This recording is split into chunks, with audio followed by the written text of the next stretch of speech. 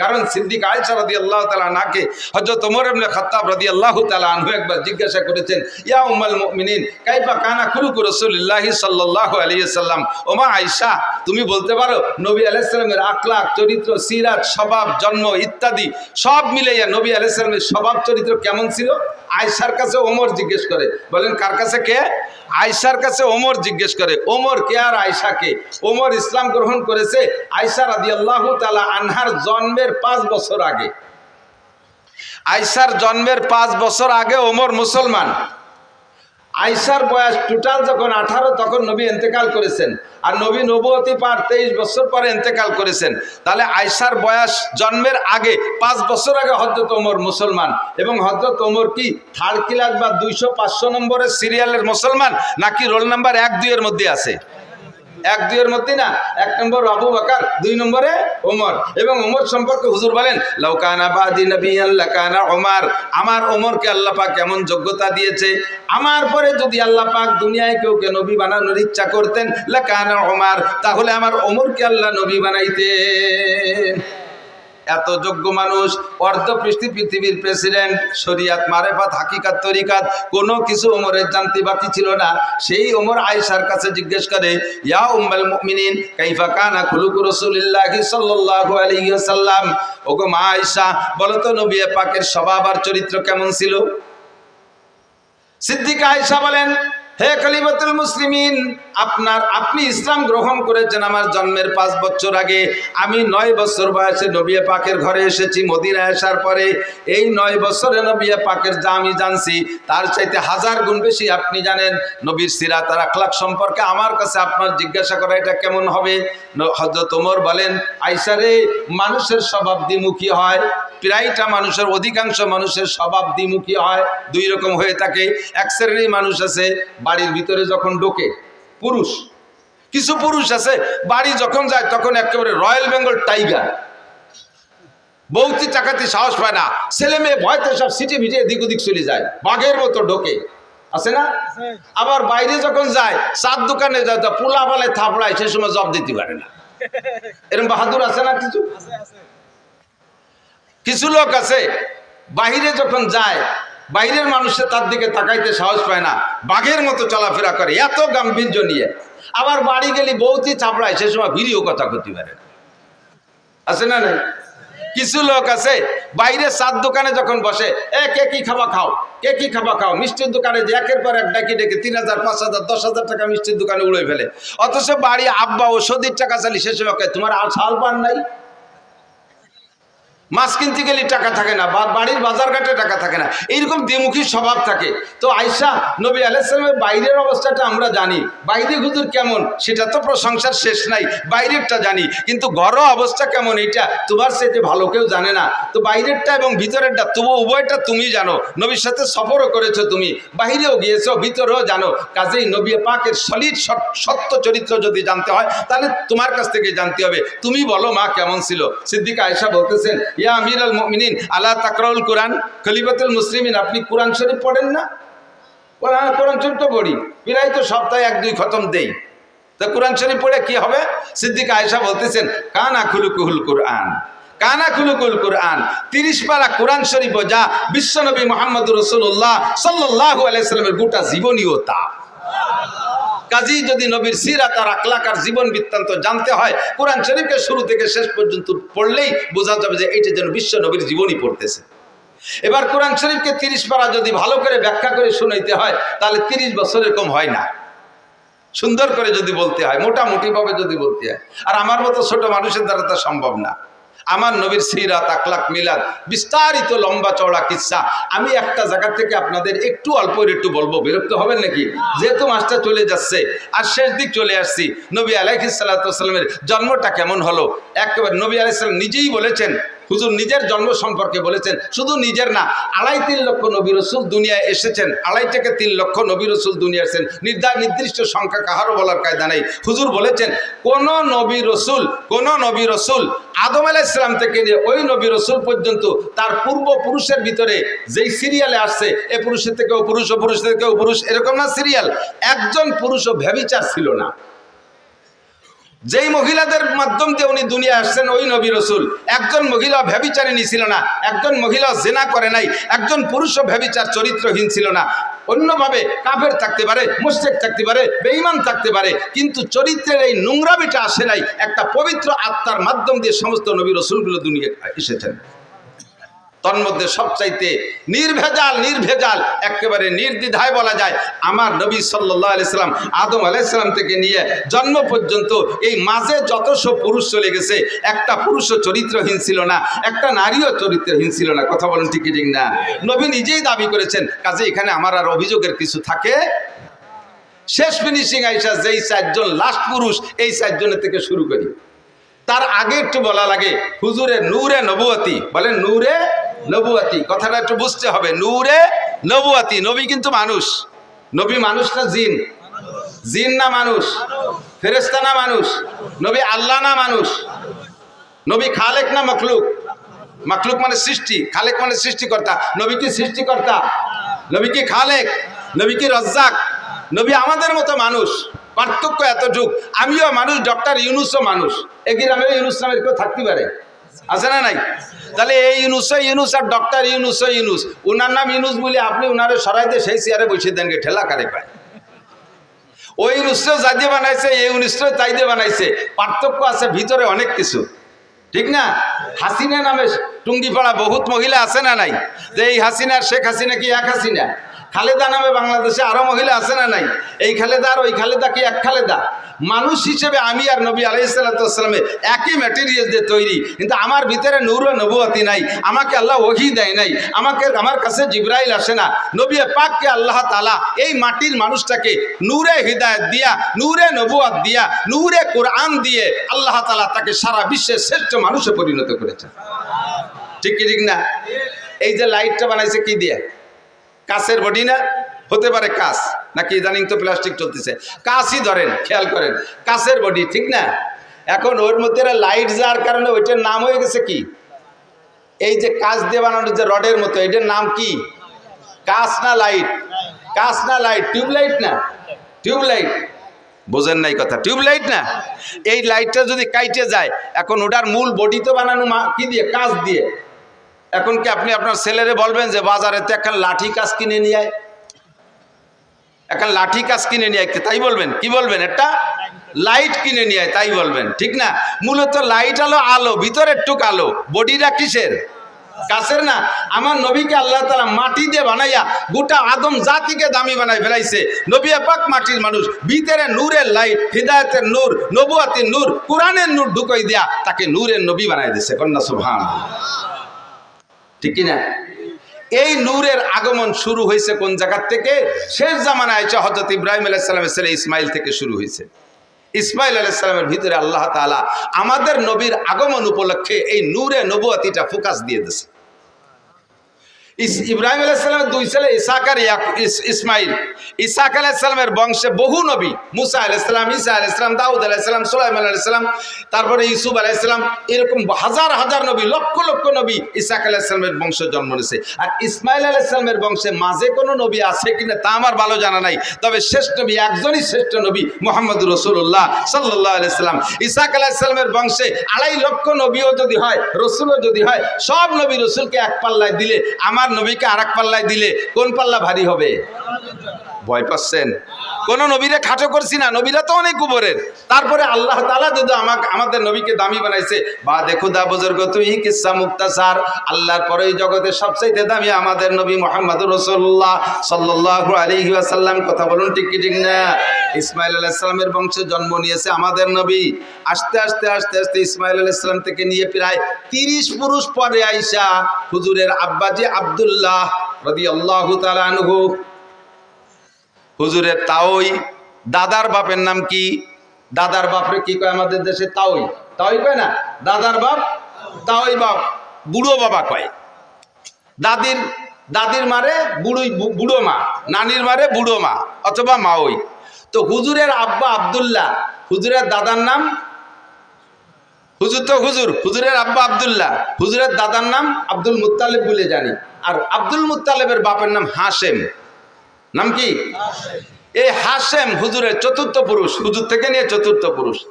এত সুদর্শন এত হ্যান্ডসাম পুরুষ ছিলেন, আল্লাহু আকবার। কুরাইশদের নেতা ছিলেন, মক্কার নেতা ছিলেন, কাবাঘরের জিম্মাদারি উনার হাতে ছিল। ইয়াং মানুষ, যুবক মানুষ, আল্লাহ। মক্কায় থাকতে উনার আরো কয়েকটা বিবাহ ছিল, সে সময় তো ততাধিক বিয়ে, এখনো তো সৌদি আরবওয়ালারা অনেক অনেক বিয়ে করে। তো উনার আরো বিবাহ ছিল, আরো সন্তানও ছিল। এই মক্কায় উনার স্ত্রী পরিবার পরিজন রেখে উনি গাজায়, ফিলিস্তিনের যে গাজা না বর্তমানে গাজা, এই গাজায় উনি ব্যবসার নিয়েতে মদিনা হয়ে গাজার দিকে রওনা দিয়েছে। তো মদিনায় যাওয়ার পরে মদিনার বাজারে যখন উনি ঢুকছে, তখন মদিনার বাজার দিয়ে দেখতেছে সবকিছু, তার মধ্যে দেখে পর্দা প্রসিদ্ধ তো নেই, সবই বেপর্দা। এই বেপর্দার ভিতর দিয়ে একটা মহিলাকে দেখলেন, তার চাল চলন, উঠা বসা, হাঁটা, তার কথাবার্তা একটু ব্যতিক্রম, অত্যন্ত শালীন, অত্যন্ত ভদ্র, দারুণ নম্র, একটু লাজুক লাজুক মনে হচ্ছে, অত্যন্ত রূপসী সুন্দরী। এই মেয়েটাকে দেখে হাশেমের নজর পড়ছে, লোক লাগাইছে, দেখো তো এই মেয়েটার অবস্থা কি, মেয়েটা কি বিবাহিতা না অবিবাহিতা, বিবাহিতা হলে বা বিধবা কিনা, তার স্বামী আছে না নাই।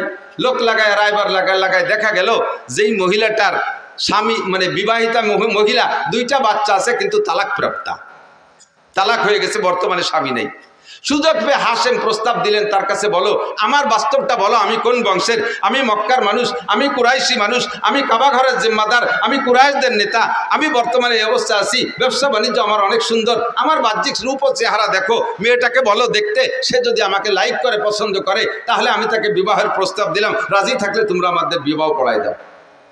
রায়বার যে সুন্দর করে বলার পরে মহিলা রাজি হয়ে গেছে, আচ্ছা ঠিক আছে আমি বিয়ে বলবো। যথারীতিতে বিয়ে হয়ে গেল। বিয়ে হয়ে যাওয়ার কারণে উনি তাৎক্ষণিকভাবে গাজায় চলে গেলেন না, মদিনায় কয়েকদিন অবস্থান করলেন, শ্বশুর বাড়ি, ওই মহিলার বাপের বাড়ি। সেখানে কয়েকদিন থাকার ভিতর দিয়ে আল্লাহর কুদরতি সিস্টেমে হাশেমের ভিতরে যে নূরে নবুয়তি চমকাচ্ছিল, ওই নূরে নবুয়তি ওই মহিলার গর্ভে চলে গেছে, মহিলা গর্ভধারিণী হয়ে গেছে। গর্ভ হয়ে যাওয়ার পরে উনি ওখানে স্ত্রীকে রেখে উনি গাজায় চলে গেছে। গাজায় ব্যবসা বাণিজ্যের ভিতর দিয়ে ওখানে ওনার ইন্তেকাল হয়ে গেছে, হাশেম আর ফিরে আসতে পারেনি। টাইম হয়ে যাওয়ার পরে মহিলা গর্ভপাত করেছেন, বাচ্চা ডেলিভারি করে দিয়েছেন। ডেলিভারির পরে যেই বাচ্চাটা হলো, এই বাচ্চার ভিতরে এবার সেই হাশেমের রূপরেখা নূরে নবুয়তি বাচ্চার মধ্যে চমকাইতেছে। পরিবার পরিজনের সকল সদস্য বাচ্চার চেহারা দিকে মুগ্ধ হইয়া তার নাম রাখতে বাধ্য হয়েছে সাইবাতুল হাম। সাইবাতুল হাম মানে প্রশংসার ডিব্বা, এত চেহারা, এত রূপ, এত সবকিছু দেখে সবাই মুগ্ধ, নাম রেখেছে সাইবাতুল হাম।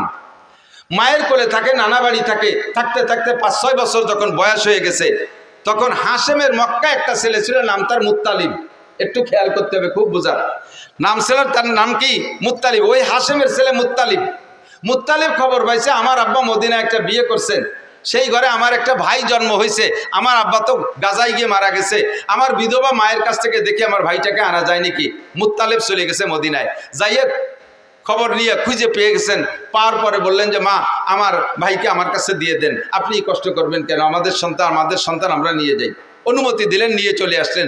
উটের পিঠি বসাইয়া মক্কা থেকে মদিনা থেকে মক্কা 450 কিলোমিটার, 450 কিলোমিটার 7-8 দিন পর্যন্ত উটের পিঠে বসে আনতে আনতে আনতে যখন মক্কায় ঢুকছে, পিছনে ছোট বাচ্চা একেবারে ধুলায় ধূসারিত হয়ে গেছে, কাপড় চোপড় ময়লা হয়ে গেছে, গুলামের মতো দেখা যাচ্ছে। যখন মক্কায় ঢুকছে, মক্কিরা জিজ্ঞেস করছে, আব্দুল মুত্তালিব, তোমার পিছে কে বসা? ওনার পিছে কে বসা? মুত্তালিবের ভাই, মুত্তালিবের ভাই।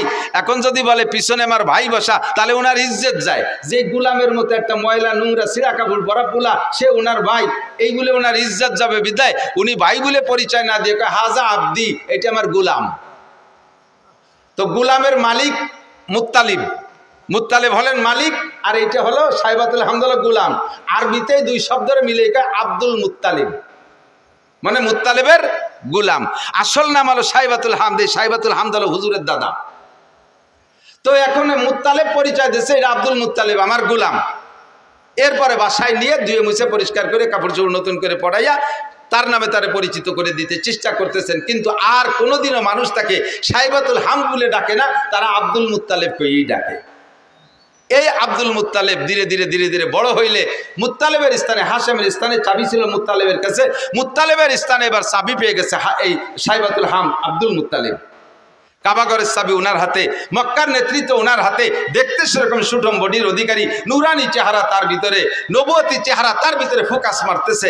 এই সাইবাতুল হাম আব্দুল মুত্তালিব এবার বিবাহ করছেন। বিবাহ করার পরে একটা সন্তান হয়েছে হারেস। নাম কি? হারেস। আব্দুল মুত্তালিবের প্রথম সন্তানের নাম হারেস। এই ছেলেটা বড় হয়ে উঠছে, মাঝে আর তেমন কোনো সন্তানাদি নেই। তো এই একটা হারেসকে নিয়ে আব্দুল মুত্তালিব কিতাবাদি পড়ে সন্ধান পাইছে যে কাবাঘরের পাশে হযরত ইসমাইল আলাইহিস সালামের পায়ের ধাক্কায় জমজম কূপ হয়েছিল। কালের আবর্তে এই জমজম কূপ বন্ধ হয়ে গেছে। দেখি জমজম কূপ কোথায়, সব কিছু ম্যাপ মানচিত্র মাপিয়ে জমজম কূপের স্থানটা নির্ণয় করে হারেসকে নিয়ে দুই বাপ বেটা গেছে সেই জমজম কূপ খনন করতে। তার উপরে অনেক পাথর চাপা পড়ে আছে। দুই বাপ বেটা পাথর সরাইয়া জমজম কূপকে আবিষ্কার করবে, বের করবে, এটা খুব কঠিন ব্যাপার। 2 দিন 3 দিন পর্যন্ত খোঁজার পরে জমজম কূপ বের করতে পারে নাই। একটা সন্তান, তো আমাদের দেশে সুখী সন্তান, এক সন্তানের আব্বা বহুত আছেন না? ছেলে হোক মেয়ে হোক, কয়টা? একটা অথবা দেড়টা অথবা দুটিয়া। দেড়টা মানে ঠ্যাং একখান নাই, হাত একখান নাই, আজকন পঙ্গু হয়েছে, আর একটা পুরো সুখী সংসার। এবার আমরা অত্যন্ত খুশি। একটা ছেলে একটা মেয়ে, জায়গা জমি বহুত কিছু আছে, ব্যবসা বাণিজ্য আছে, বড় আনন্দিত। তবে এক সন্তানের বাপ হওয়া অতটা সুখের বিষয় না। সময় সময় এক সন্তানের বাপ মহা বিপদেও পড়ে যায়। কথা বল না কেন?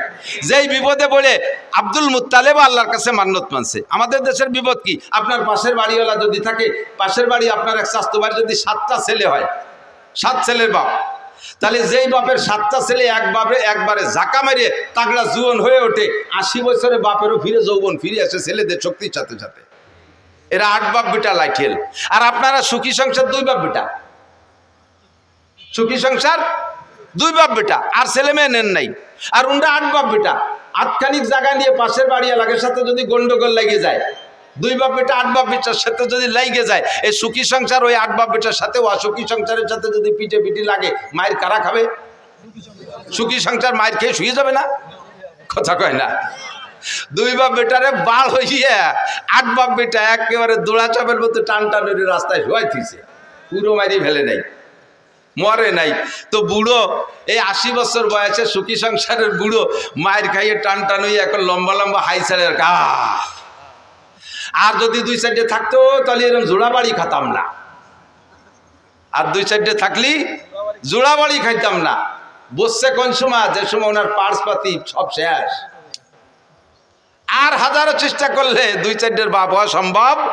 আল্লাহ যদি দেয় সেটা তার ব্যাপার।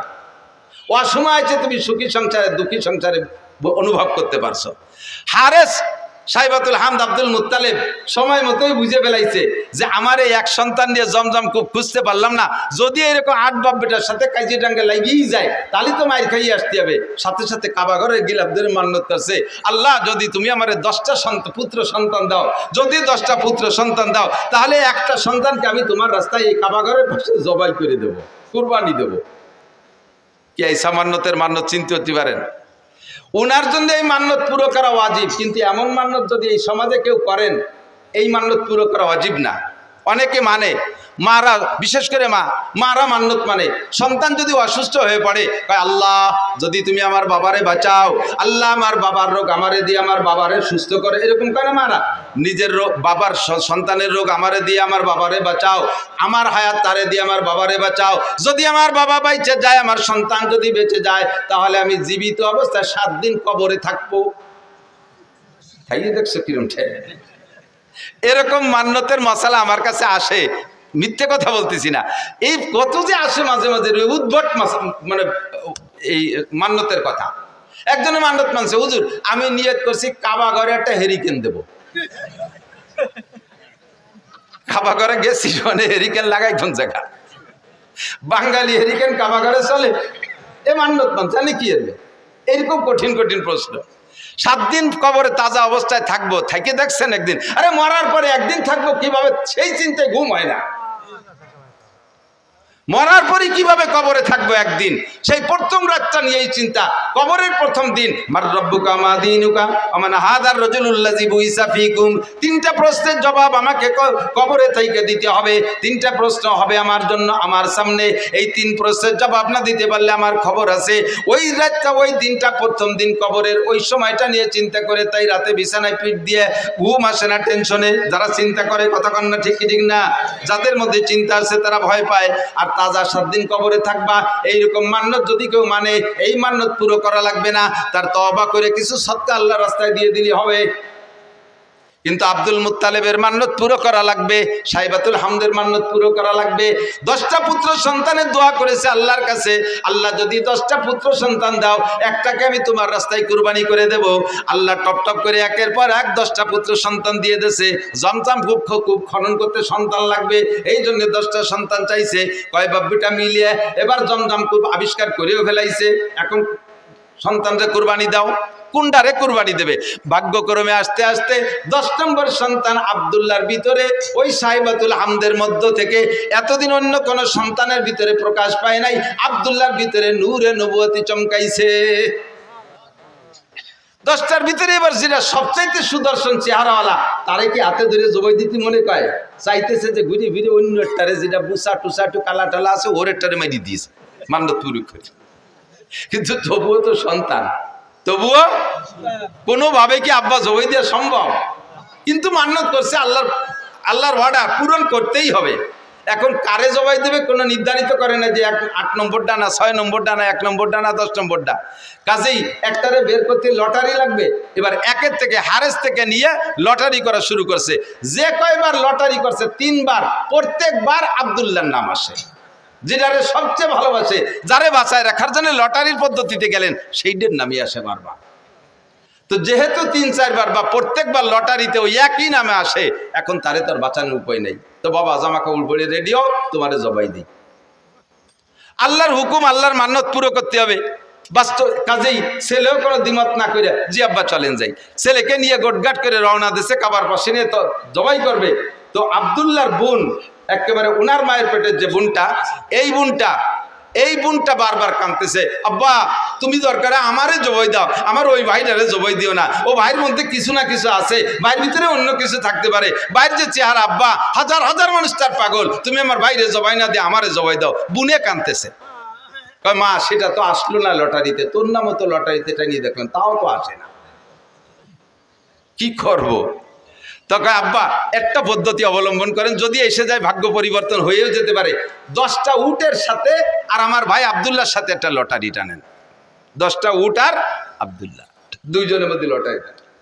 সেই সময় একজন মানুষকে যদি কেউকে যদি কেউ হত্যা করতো, একজন মানুষের জীবনের বিচার 10টা উট। সেই জন্য 10 উটের সাথে লটারি টানতে বলছে। তো 10 উটে লটারি টানছে, এ জায়গায় 10 উটের নামে লটারি আসে নাই, আব্দুল্লাহর নামে শিখেছে। আব্বা তাহলে 20টায় টানেন, 20টে টানছে, তা আব্দুল্লাহর নাম। 30টায় টানেন, তা আব্দুল্লাহর নাম। 40টায় টানেন, তা আব্দুল্লাহর নাম। 90টায় টানেন, তাও আব্দুল্লাহর নাম। কয় যে মা আর বাঁচানো গেল না, আর কত টানবো? কয় যে আব্বা আর শেষবারের মতো 100 উটির সাথে একটা টান দিয়ে দেন। একদিকে 100 উট, আরেকদিকে আব্দুল্লাহ। এই 100 উট আর আব্দুল্লাহর ভিতরে লটারি টানলে এবার 100 উটের নামে লটারি আসছে। আব্দুল্লাহ বাইসে গেছে। বলেন আল্লাহু আকবার। আল্লাহ নবী আলাইহিস সালামকে আল্লাহ তাআলা দুনিয়া আনতেছেন। সবাই টাকা দেওয়া যাবে না। আর দোয়াই দেখছো, গাই দোয়াইছো কোনোদিন? না ফানাইয়ে দোয়ানো যায়? দইরে টান দিলি বান ছিঁড়ে যায়, দুধ বাইরে।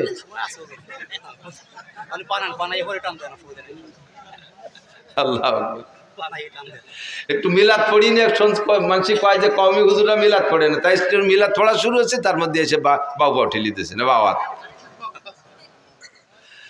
আর অল্প একটু পড়ে তারপরে জায়গায় চলে যাবেন ইনশাআল্লাহ। আমি যত ভালো আজ করি আপনারা খুশি হবেন বা আপনাদের প্রয়োজন মেটবে, কিন্তু গাইরেস্তের যে চাহিদা আছে তা পূরণ না করলে আমারে খাতি দেবে না। আল্লাহ কষ্ট নিয়েন না।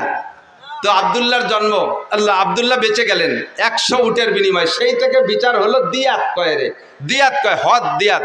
একজন মানুষকে মানুষ মারি ফেললে তার বিচার, তার যদি জান বাঁচাইতে হয় তাহলে 100 উট দিতে হবে, 100 উট বা সমমূল্য টাকা দিতে হবে। তাহলে একজন মানুষের হত্যার বিচার এই উটের সম্পদে অর্থের মাধ্যমে মীমাংসা হয়ে যাবে। সেই থেকে 100 উট জারি হয়ে গেছে। কোরআনের বিচারে এখনো তাই, সে বিচার হুজুরও জারি রাখছে যে একজন মানুষের হত্যার বিচার হবে 100 উট। তো খাজা আব্দুল্লাহ বেঁচে গেলেন। এবার আব্দুল্লাহর ভিতরে নূরে নবুয়তি চমকাইতেছে। যেদিকে যায় সেদিকে মানুষ আব্দুল্লাহর দিকে তাকায় থাকে, যেদিকে যায় সেদিকে নারীর আব্দুল্লাহর দিকে তাকায় থাকে। এবার এই করতে করতে ধীরে ধীরে আব্দুল্লাহর বয়স হয়ে গেছে, বিয়ের বয়স হয়ে গেছে। আব্দুল্লাহকে বিয়ে দেওয়ার জন্য আব্দুল্লাহর বাপ আরও সবাই মিলে চেষ্টা করতেছে, মাইয়ে খুঁজতেছে। খুঁজতে খুঁজতে আব্দে মুনাফের একটা মেয়েটা বড় রূপসী, মেয়েটির নাম আমেনা। এই রায়বারের মাধ্যমে ঘটকালি করে সেই বাড়ি বিবাহের উদ্দেশ্যে আব্দুল্লাহকে নিয়ে চলতেছে। পথিমধ্যে এক এহুদি মহিলা এই আব্দুল্লাহকে দেখা সকলের ভিতরে থেকে ডেকে একটু এদিকে আনছে, ভাই একটু এদিকে আসবেন, ডেকে নিয়ে গেছে। ভাই আপনাকে 100 উট দেবো, আপনি আমার সাথে একটু জীবন দেবেন, আমাকে আপনার বডিটা দেবেন, আপনার দেহটা আমাকে দেবেন 100 উটের বিনিময়ে, রাজি আছেন? আব্দুল্লাহ বলতেছে, সাবধান, আর কখনো ফার্দার এমন চরিত্র নষ্ট হওয়ার কথা বলবা না। আমি জীবনে কোনোদিন আমার চরিত্রে একটা তিল পরিমাণ দাগ লাগাইতে দেই নেই, আমার পূর্বপুরুষের ভিতরে এই বদনাম নাই, আর তুমি এমন নোংরা প্রস্তাব দিচ্ছ আমাকে। ধমক দিছে। মহিলা ভয়তে কথা বলে নেই, কিন্তু মহিলার উদ্দেশ্য খারাপ ছিল না, তার উদ্দেশ্য অন্যভাবে ছিল ভালো। এবার আব্দুল্লাহ চলে গেছেন বিবাহের অনুষ্ঠানে, শ্বশুর বাড়ি চলে গেছে, বিয়ে হয়ে গেছে। আমেনাকে নিয়ে 3টি রাত সেখানে রাত যাপন করে তারপরে যখন ফিরে আসতেছে ওই ইহুদি মহিলার বাড়ির কাছে আসলে, এবার ইহুদি মহিলা আবারও আব্দুল্লাহকে ডেকে বলছে, ও ভাই এদিকে আসো, তুমি কোথায় গেছিলে? অমুক জায়গায় গেছিলাম। কি কারণে? বিয়ে করতে গেছিলাম। বিয়ে করছেন? বলে জি করছি। স্ত্রীর সাথে রাত যাপন করেছেন? বলে জি তা করেছি। সব আপনার চেহারায় ফুটে উঠতেছে, যেই নূর নিয়ে আপনি এখান দিয়ে গিয়েছিলেন সেই নূর আর এখন এদিকে আসে নাই, আপনার সেই চেহারা নাই, আপনার সেই নূরানি চেহারা কোনো না কোনো নারীর গর্ভের ভিতরে রয়ে গেছে। যেই গর্ভের ভিতরে রয়ে গেছে সেই গর্ভের সন্তানটা মুহাম্মদুর রাসূলুল্লাহ সাল্লাল্লাহু আলাইহি ওয়াসাল্লাম, নবী পাকের মিলাদ। এরপরে মহিলা বলতেছে, আল্লাহে আমি আপনার সাথে চরিত্র নষ্ট করার কোনো প্রস্তাব দিয়েছিলাম না, আমি 100 উটের জন্য দিতে চেয়েছিলাম। আপনার ভিতরে আখিরি নবী মুহাম্মদুর রাসূলুল্লাহ সাল্লাল্লাহু আলাইহি ওয়াসাল্লামের নমুনা আমি দেখতেছিলাম। আমার মনে আশা ছিল যে সেই নূরটা আমার গর্ভে আসতো, আপনি যদি আমার সাথে বিবাহে রাজি হতেন তাহলে আমার দেনমোহরের দাবি ছেড়ে দিয়ে আপনাকে আমি 100 উট দিতাম, ওই নূরটা আমার পেটে নেওয়ার জন্য। যেহেতু এখন অন্য জায়গায় চলে গেছে, এখন আপনাকে আমি একটি পয়সার বিনিময়েও আপনাকে আমি বিয়ে করতে রাজি না। আব্দুল্লাহ থেকে চলে গেছে আমিনার গর্ভে। সময় পুরিয়ে গেল, নবী আলাইহিস সালাতু ওয়াস সালামের জন্ম হবে। এই জন্মের কিছুদিন আগে হুজুরের আব্বাজি ব্যবসায় যে সেখানে ইন্তেকাল করেছেন। হুজুরের আব্বা আর আসেন নাই, মদিনার পথে ইন্তেকাল করেছেন। এরপরে নবী আলাইহিস সালামের জন্ম হলো।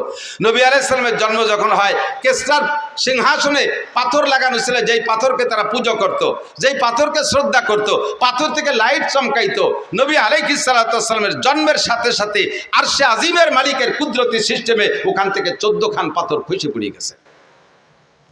শিখা চিরন্তন নামে একটা আগুন জ্বালাইতে 1000 বছর পর্যন্ত, নবী আলাইহিস সালামের জন্মের সাথে সাথে এই 1000 বছরের যে শিখা চিরন্তন যাকে অমুসলমানরা পূজা করত, ধম করে সঙ্গে সঙ্গে নিভে গেছে। আল্লাহু আকবার। আমার নবীর জন্ম হলো দুনিয়ায়, আসমান জমিন সব সুরভিত হলো, ফেরেশতারা নারায়ে তাকবীর দিচ্ছে, জিন্দা যারা টের পাইছে তারা সন্তুষ্ট খুশি হচ্ছে। এভাবে বিভিন্নভাবে নবী আলাইহিস সালাতু ওয়াস সালামের যে ভবিষ্যৎ উজ্জ্বল হবে এটা অনেকেই টের পাচ্ছে, বিশেষ করে ইহুদি আর নাসারারা। লম্বা কিসসা সবটুক বলা যাবে না। নবীর জন্ম হয়ে গেল। নবী আলাইহিস সালাম মায়ের গর্ভে যতদিন ছিলেন, আরে ভাই খেয়াল করেন, মায়ের গর্ভে থাকলে বাচ্চা মাতৃ গর্ভে থাকা অবস্থায় মায়ের একটু বিরক্ত লাগে না? নবী আলাইহিস সালামের মা কখনো বিরক্ত বোধ করেন নাই। এবং জন্মের পরে জন্মের সময় সব নারীদের রক্তক্ষরণ হয়। আমার নবীর জন্মের পরে নবীর মায়ের পেট থেকে কোনো রক্তক্ষরণ হয় না, কোনো নিফাসের রক্ত হয় নাই। বাচ্চাকে মায়ের পেট থেকে নাড়ি কেটে পৃথক করা লাগে, নবী আলাইহিস সালাম নাড়ি কাটা অবস্থায় জন্ম নিয়েছেন। বাচ্চারা একটু বড় হওয়ার পরে 6-7 বছরের ভিতরে খাতনা করাইতে হয়। কয় বছরের ভিতরে? 6 থেকে 7 বছরের মধ্যে খাতনা। আসলে বয়স কোনো লিমিটেড না, নিয়ম হলো পুত্র সন্তানদেরকে আমাদের মুসলমানদের সুন্নত হলো খাতনা করানো, ইব্রাহিম আলাইহিস সালামের সুন্নত। তা খাতনা করাইতে কোন বয়সে? মানুষের সামনে বাচ্চাটার প্যান্ট খুলতে গেলে, পরনের কাপড় খুলতে গেলে যখন লজ্জা বোধ করে, তার সেই লজ্জার টাইমের ভিতরে তারে খাতনা করাই দিতে হয়। তো লজ্জা বোঝে কোন সময়? 2-3 বছরের লজ্জা বোঝে, 3-4 বছরের লজ্জা বোঝে, 5 থেকে 6-7-এর ভিতরে সে লজ্জা বোঝে। মানুষের সামনে এবার প্যান্ট খুলতে গেলে, আমার ছেলেরা নিয়ে গেছে নদীর ঘাটে গোসল করতে, যে বললাম আব্বু তোমার শুকনো প্যান্টটা খুলিয়ে গোসল করো, সে সময় তার 6-7 বছর বয়স। ওরা আমি খোলার জন্য চেষ্টা, চিবিয়ে দূরে যায় না, আমি বলবো না, আঞ্চির মধ্যে ন্যাংটা হবো না। বুঝলাম যে ওর মুসলমানি দেওয়ার বয়স হয়েছে। এই বয়সের মধ্যে মুসলমানি দিতে হয়। যদি মশালা এইটাই হয় যে মানুষের সামনে শরম গা বের করতে যখন লজ্জা পায়, ওই সময় তারে খতনা দিয়ে দিতে হয়, তাহলে আমাদের দেশের বর্তমান ছেলেদেরকে 20-22 বছরও মুসলমানি দেওয়া যায় না। কারণ 5-7 জন গোল হয়ে দাঁড়াইয়ে সেন্টারে দাঁড়ায় পেশাব করে, একে অপরের শরমকে দেখে একটুও লজ্জা পায় না। রাস্তার পাশে দাঁড়াইয়ে চেনটানি দিয়ে আশাইল বাগান ভিজে দিচ্ছে, সেচ দিয়ে দিচ্ছে, একটুও লজ্জা পায় না। কাজেই তাদের আর মুসলমানের বয়স এখনো পর্যন্ত হয় না, তাই নাকি? আমার নবীকে কোনো দুনিয়ার মানুষের সামনে তার শরমগা খুলবে না বিদায় আল্লাহ তাআলা তাকে জন্ম থেকেই এটা হেফাজত করেছে। জন্মসূত্রে নবী খাতনা করা অবস্থায় জন্ম নিয়েছেন। যদি কেউ জন্মসূত্রে কোনো বাচ্চা খাতনা অবস্থায় জন্ম নেয়, আমাকে দেশে পিরিজ সুন্নত হয়েছে, কোনো পিরির কোনো সুন্নত আছে? এটা কার সুন্নাত? নবীর সুন্নাত।